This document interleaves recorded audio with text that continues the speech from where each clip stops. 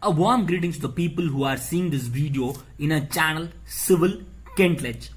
Sorry for posting delayed videos. We will be regularizing videos soon.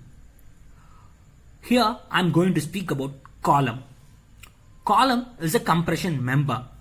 Column which transfers the load from beam to footing. Basically the column is the backbone of building. Here we are assuming the column size to be 400 by 600 mm and 10 numbers of 20 mm bar. This is top view of column. So it is footing and it is column. If we take cross section here, it exactly looks like this. The reinforcements. That is, this is main bar of the column and this is stirrups of the column. And this L should be development length LD. LD.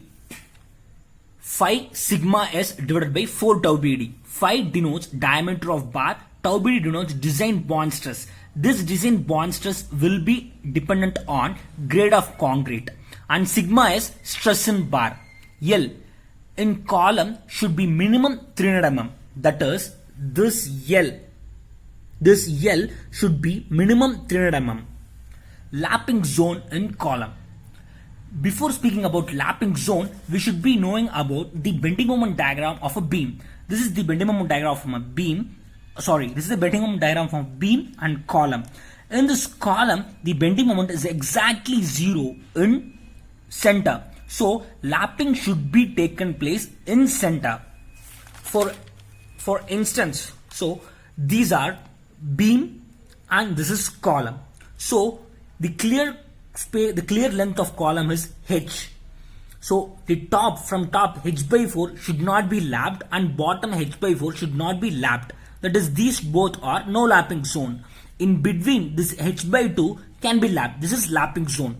For instance, if you have 4 meter column, the top 1 meter should not be lapped and bottom 1 meter should not be lapped. In between this 2 meter, that is, the 2 meter can be lapped, and exactly all the bars should not be lapped in a single space. That is, exactly in single place it should not be lapped. 50% of the bars should be lapped in one place and another 50% should be lapped in another place.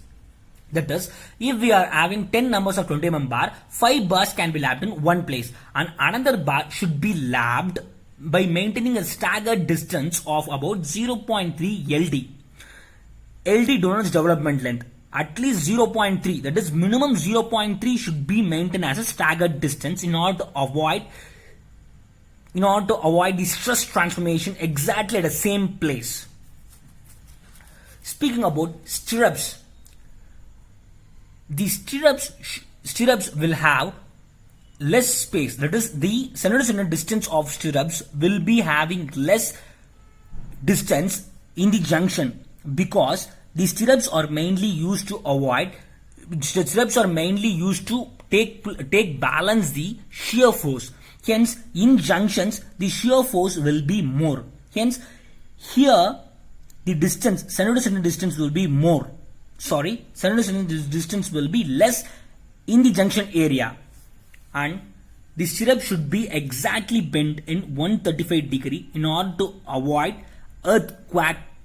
the cracks during earthquake and failure during earthquake. Thanks for watching this video and subscribe us and comment what video we should post in our next upcoming video series. Thanks for watching this video in our channel Civil Kentledge.